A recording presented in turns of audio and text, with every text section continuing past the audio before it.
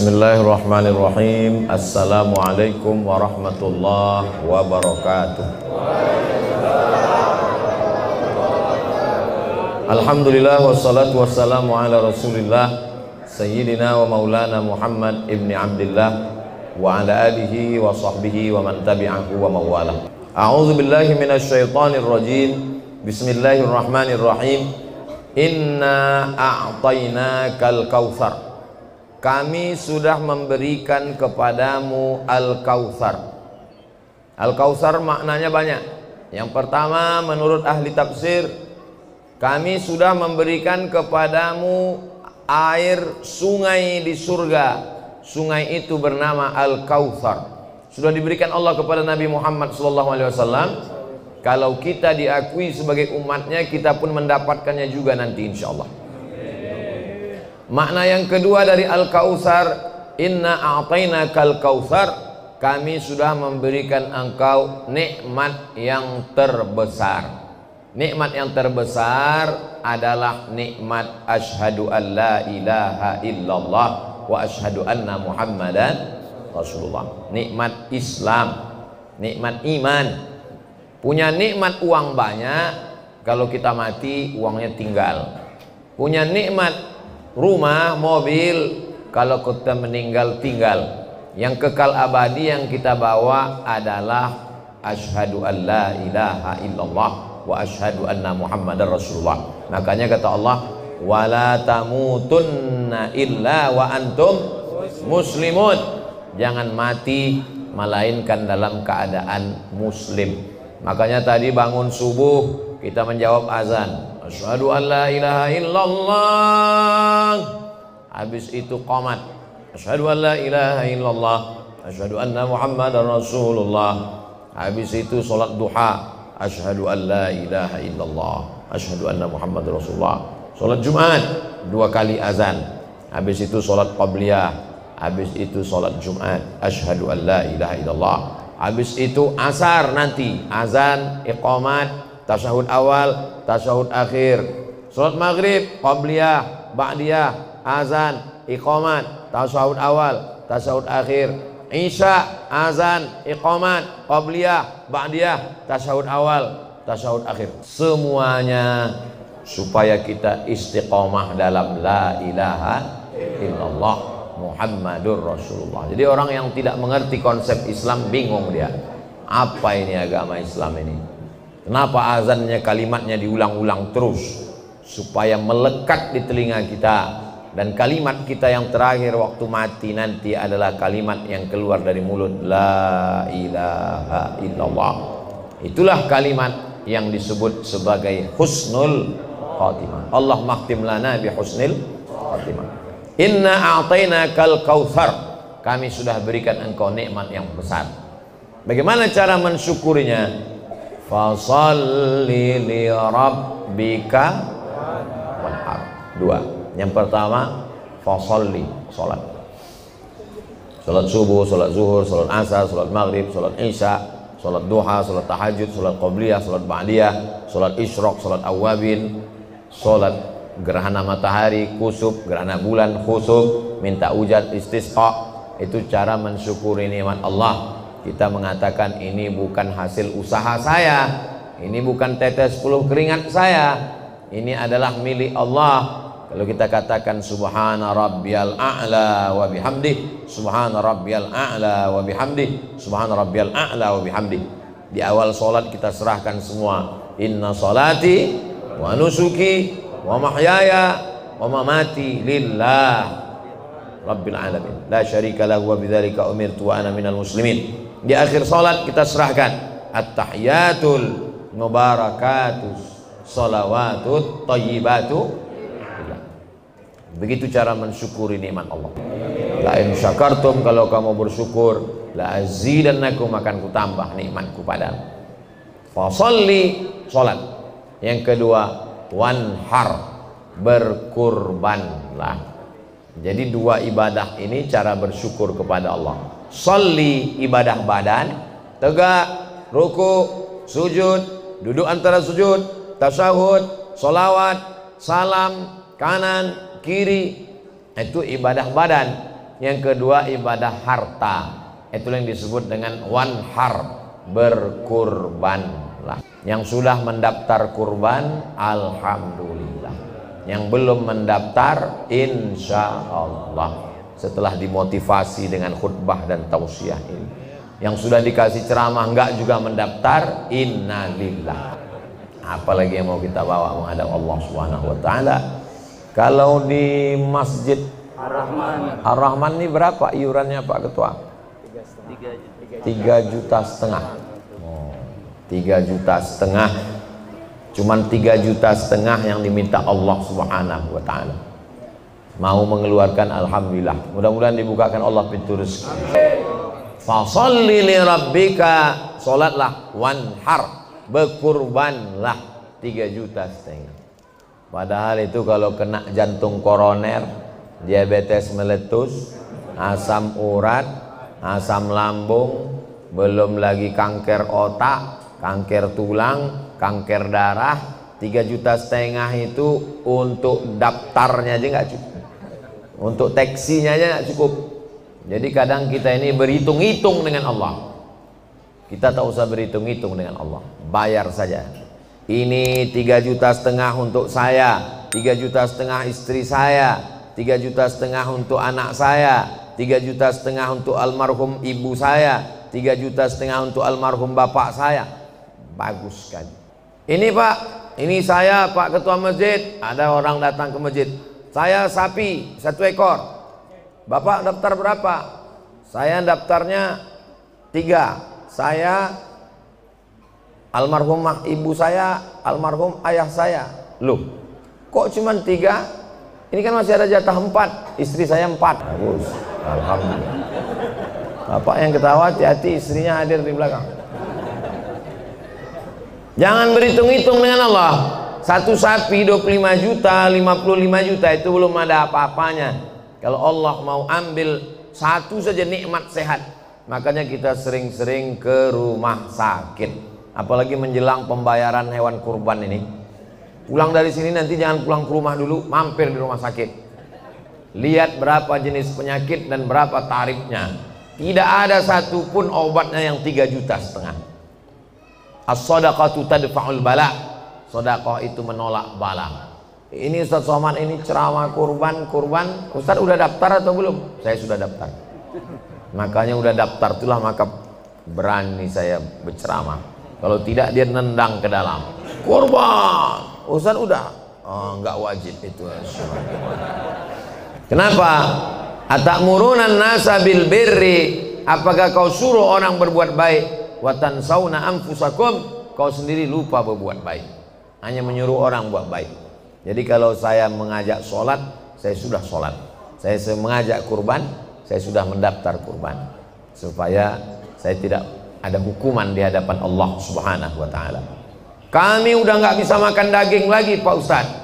Untuk di perkotaan yang masyarakatnya udah tiap hari makan daging, jangan lagi dagingnya dibagi, bawa ke pinggir kota, kirimkan ke suku terasing.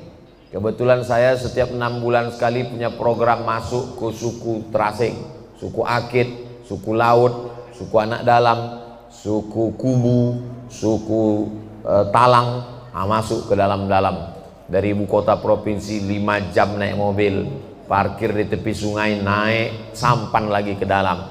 Mereka seumur-umur nggak pernah makan daging. Maka ketika daging itu sampai ke mereka, itu senangnya, bahagianya luar biasa. Di tempat kita di kota-kota orang udah nggak makan daging lagi.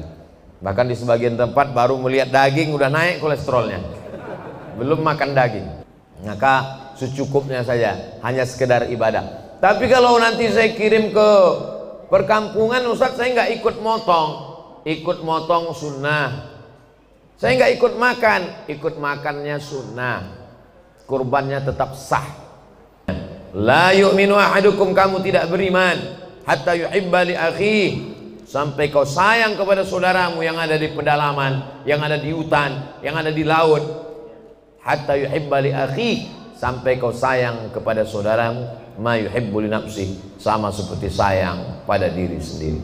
Allah cuma minta kita membalas nikmatnya itu 2. Fasholli li rabbika wanhar, ibadah badan. Tawaf keliling Ka'bah, ibadah badan. Sa'i Safa Marwah, ibadah badan. Jihad berdarah-darah, ibadah badan. Melontar jumrah di Mina, ibadah badan. Wukuf di padang Arafah, ibadah badan. Membaca Quran, ibadah badan. Tapi terwakili dengan satu tiangnya, as-salatu imaduddin. Salat adalah tiang agama. Yang kedua, ibadah harta, zakat, wakaf, infak, sedekah, wasiat, hibah, termasuklah ini kurban. Ustadz, boleh saya berkurban kirim untuk almarhum? Boleh. Mana dalilnya?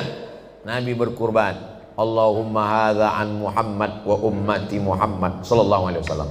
Aku berkurban untuk Nabi, untukku dan untuk umatku. Umatnya waktu itu sudah ada yang meninggal. Sampai Allahumma hadza an Muhammad wa ali Muhammad. Ini aku berkurban untuk diriku dan untuk keluargaku. Sampai. Jadi berkurban untuk orang meninggal dunia boleh. Katanya nggak boleh dimakan dagingnya. Nggak boleh dimakan dagingnya kalau nazar. Saya berkurban kalau anak saya lulus PNS, saya berkurban untuk fakir miskin semua. Itu nggak boleh dimakan dagingnya. Karena memang untuk fakir miskin semua, nggak boleh diambil. Jadi kalau datang panitia memberikan 2 kupon, ini kupon bapak sebagai peserta, ini kupon bapak sebagai masyarakat. Ambil 1 kupon saja. Saya ambil yang sebagai masyarakat, yang sebagai peserta saya nggak ambil. Karena itu kemarin kurban nazar saya semuanya untuk fakir miskin. Bahkan banyak juga di masyarakat nggak mau ngambil kupon sama sekali. Pak, ini kupon, saya nggak mau ngambil kupon, antarkan aja dagingnya. Jadi ini aslinya yang paling bagus kurban itu fakulu minha, makan sedikit. Boleh saya makan hewan kurban saya ini Pak Ustadz? Bukan boleh, disuruh Allah kulu, makanlah, tapi jangan semuanya. Minha, sedikit saja. Makanya yang paling afdal itu adalah dagingnya 1 suap, hatinya potong, hatinya cuci bersih, jangan langsung dibakar. Banyak sekarang orang potong langsung bakar, haram. Darah itu najis, cuci dulu, cuci bersih, karena darah najis. Hurrimat alaikumul maitatu waddamu, damu, darah haram. Cuci bersih, siram pakai jeruk, kasih garam, lalu kemudian bakar. Setelah dibakar dimakan. Wa at'imul ba'isal faqir, makan hatinya 1 suap, sisanya bagikan ke fakir miskin. The best, paling bagus. Tapi kalau mau dia makan untuk keluarga, boleh 1/3. 1/3 untuk keluarga di rumah, 1/3 untuk fakir miskin, 1/3 untuk sahabat, kerabat, jiran, tetangga. Paling banyak 1/3. Jadi kalau kita dikasih 2 kupon, itu belum sampai 1/3. Tapi jangan gara-gara ini semua peserta minta 1/3. Saya menyampaikan ini tidak mau merubah yang sudah ada, yang sudah baik-baik, sudah bagus. Jangan gara-gara ini besok semua minta 1/3 ke panitia. Kalau ada nanti tiba-tiba setelah tausiah ini berubah, datang peserta kurban, kemarin kata Ustadz Somad minta 1/3, ini sapi saya mau ambil 1/3. Panitia nggak usah marah, bilang aja sama peserta, bawa sapimu ini, potong sendiri, bagi sendiri, makan sendiri. Nah, akadnya antara yang berkurban, saya beli kambing, saya bawa kambing saya ke rumah, pagi setelah sholat saya potong sendiri, habis itu saya bagi sendiri. Tapi kita biasanya tidak begitu. Ada yang laki-laki yang gagah perkasa, rupanya nggak berani motong kambing. Jadi kita serahkan ke panitia. Panitia tidak lebih berhak daripada orang yang berkurban. Dan orang berkurban pula bukanlah rakyat jelata seperti hubungannya dengan raja-raja. Jadi kita masing-masing mengerti posisi kita. Saya bayarkan 3,5 juta untuk kurban saya tunai, saya terima, kata panitia, sah. Untuk kurban dan biaya operasional tunai. Karena kalau tidak disebutkan biaya operasional, nanti jaga malam sebelum pemotongan nggak mungkin diinapkan di hotel bintang 3. Siapa yang jaga malam? Mereka ngopi-ngopi, duitnya dari mana? Diambil dari masjid. Orang bersedekah untuk masjid, bukan untuk panitia kurban. Dari mana duit diambil? Uang survei, uang membawa dari kampung ke kota, itu semua diambil dari biaya operasional. Ada beberapa orang yang tidak bisa kita kasih daging sebagai upah, sebagai hadiah oke, tapi sebagai upah tidak boleh. Apa beda hadiah sama upah? Kalau hadiah dapat alhamdulillah, nggak dapat nggak masalah. Tapi kalau upah wajib ada. Saya sebagai tukang jagal, tukang potong mesti ada. Kalau nggak ada, ini pisau ini naik ke lehermu nanti. Naka khusus tukang potong, tukang kulit yang kerjanya berat-berat ini, dia mesti dikasih upah. Tanya dia baik-baik, Bapak biasa motong berapa? Nah, nggak usah lah, kita udah lama kenal bla bla. Terus terang aja Pak, daripada pisau ini nanti naik. Nah, biasa saya 1 ekor 100 ribu. Nah, ini ada 10 ekor, berarti 1 juta. Bayar dia. Dari mana uang 1 juta? Dari biaya operasional. Diambil dari situ. Jangan diberikan ini daging, karena daging tidak boleh sebagai upah, adapun sebagai hadiah kita akan diminta tanggung jawab. Adapun relawan, relawan itu artinya rela walaupun nggak dapat hewan. Dapat alhamdulillah, nggak dapat nggak ngamuk pulang ke rumah. Jadi memang diperlukan mental yang siap untuk tidak dapat.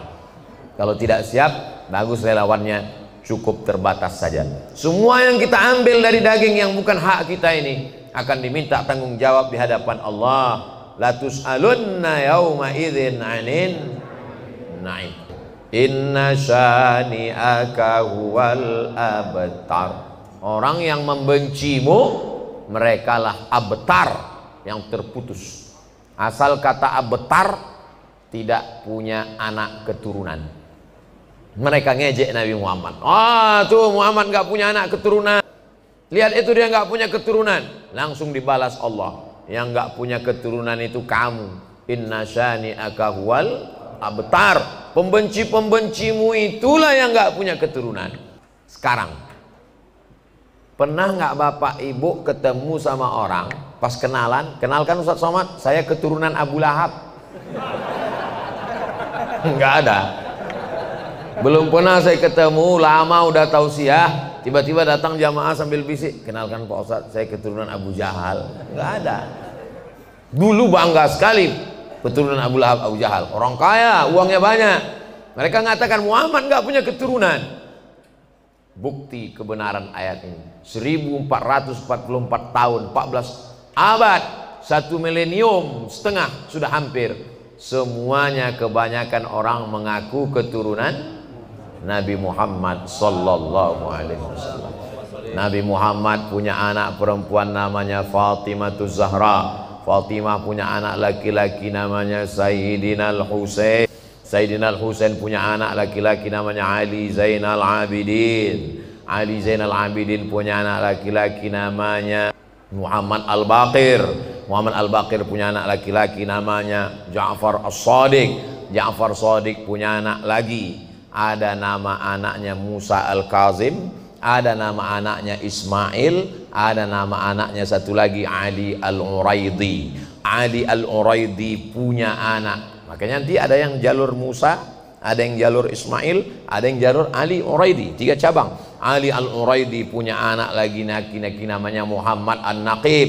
Muhammad Naqib punya anak laki-laki namanya Isa Ar-Rumi. Isa Ar-Rumi punya anak laki-laki lagi nanti namanya Ahmad bin Isa Al-Muhajir. Disebut dia Al-Muhajir. Muhajir karena dia pindah dari Irak ke Yaman. Itulah dia sebuah kampung bernama Hadramaut Tarim. Dari Hadramaut ini beranak pinaklah punya anak.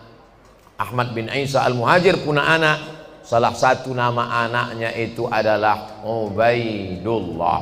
Dari Ubaidullah ini punya anak lagi, keturunan-keturunan. Itulah gelar-gelar besar As-Saqaf yang disebut dengan As-Sagaf, Al-Haddad, Al-Attas. Ada namanya Ratib Al-Attas, namanya Umar bin Abdurrahman Al-Attas. Karena orang sayang kepada dia. Kalau baca Ratib Al-Attas ini, orang sayang aja. Sayang itu artinya cinta. Cinta itu bahasa Arabnya hub. Orang yang dicintai itu Habib. Orang pertama yang digelar Habib, itulah dia. Umar bin Abdurrahman Al-Attas. Jadi kalau mau disayang orang, banyak-banyak baca Ratib Al-Attas. Ada di Palembang. Dia mau nikah, tapi udah beberapa kali ditolak. Minta sama Habib, Habib kasih saya bacaan biar saya diterima. Kata Habib, baca Ratib Al-Attas 41 kali. Dia baca, habis dia baca dia pun pergi, diterima. Habis itu lapor, Habib, ana udah baca Ratib Al-Attas, alhamdulillah diterima. Kamu baca berapa? Baru baca 20. Baru baca 20 kok udah diterima, Habib. Kamu baca 20 itu kamu yang datang. Kalau kamu baca 41, mereka yang datang. Al-Attas, sayang orang. Jadi ada nggak keturunan Nabi yang dari Mesir dipanggil Habib? Nggak ada, dipanggil Sayyid. Karena berdasarkan hadis Nabi, Innal Hasan wal Husain Sayyida Syababi Ahlil Jannah. Kalau di Mesir Sayyid, Syarif, di Makkah Syarif. Tapi yang datang dari keturunan As-Sayyid Al-Habib Umar bin Abdurrahman Al-Attas. Nah, makanya kalau kita ketemu, datang. Nanti kalau Bapak Ibu pergi ke Mesir, ini kantor Grand Sheikh Al-Azhar, pimpinan-pimpinan Al-Azhar, di sampingnya ada kantor besar megah mewah, Naqabatul Ashraf, keturunan Sayyidina Al-Hasan dan keturunan Sayyidina Al-Husain. Jadi setiap negeri-negeri besar. Ustaz dulu belajar di Maroko, ya, panjang umur sehat badan, mudah-mudahan nanti kita pergi ke Maroko insyaallah, amin. Ongkos tanggung masing-masing. Sampai nanti di kota namanya Darul Bayda, ibu kota Maroko itu Darul Bayda. Dar artinya rumah, Bayda putih. Darul Bayda rumah putih. Bahasa Perancisnya Casablanca. Ibu kota Maroko Casablanca, tulisannya Casablanca. Di Casablanca, di tepi laut Samudra Atlantik, berdiri satu masjid termegah di Afrika, namanya Masjid Hasan II. Disitulah tertulis di tiang utamanya, masjid ini adalah Masjid Hasan II, anak Muhammad 5, anak Hasan 1, sampai nasabnya kepada, tapi bukan Sayyidina Al-Husain, ini dari Sayyidina Al-Hasan. Karena keturunan Nabi ini ada yang jalur Hasan, ada yang jalur Husain. Kalau kita ke Makkah, kita pergi silaturahim ke rumah Sayyid Ahmad. Sayyid Ahmad bin Muhammad bin Alawi bin Abbas Al-Hasani. Kenapa Al-Hasani? Karena keturunan Sayyidina Al-Hasan. Jadi ada keturunan Sayyidina Al-Hasan, ada keturunan Sayyidina Al-Husain. Dari jalur tadi Imam Ja'far Shadiq, ada keturunan Musa Al-Kazim, ada keturunan Ismail, ada yang keturunan Ali Al-Uraidi. Nah, ini banyak jalur-jalur nasabnya. Ustaz Somad keturunan Nabi. Oh iya, saya keturunan Nabi, tapi Nabi Adam. Jadi saya kalau nggak terlalu menghebohkan masalah keturunan Nabi, kita ini semua keturunan Nabi. Bapak Ibu ini semua keturunan Nabi. Kita ini adalah makhluk yang dikirim Allah dari surga. Inni ja'ilun fil ardi khalifah. Aku menciptakan satu makhluk di atas muka bumi, khalifah. Tapi ini bukan kampung kita. Kita pendatang di sini. Saya dari Sumatera, saya bukan asli, saya pendatang. Jadi kalau ditanya orang, Ustadz asli sini? Enggak. Ustadz aslinya di mana? Saya aslinya di sorga.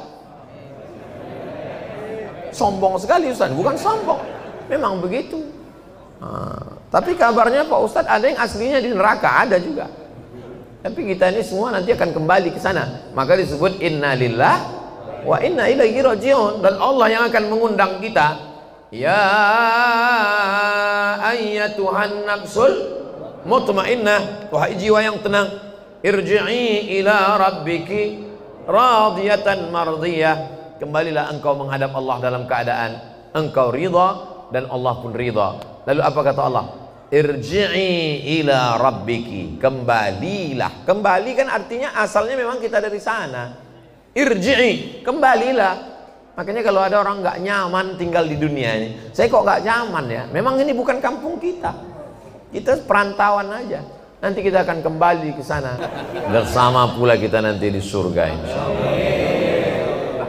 Kuncinya inna a'tainakal kautsar fasholli li rabbika wanhar. Adapun orang yang membenci kita, membuli kita, mengejek kita, itu bukan urusan ente. itu urusan Allah. Inna syani'aka huwal.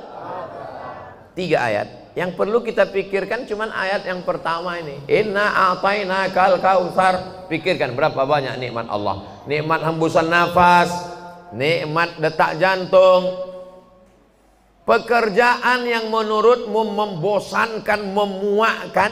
Saya bosan betul dengan kerjaan. Pekerjaan itu sangat diidam-idamkan oleh pengangguran.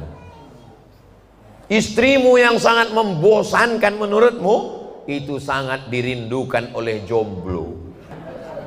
Anak yang menurutmu mengganggu tidurmu, itu dirindukan oleh orang yang sampai sekarang belum punya istri. Gimana mau punya anak?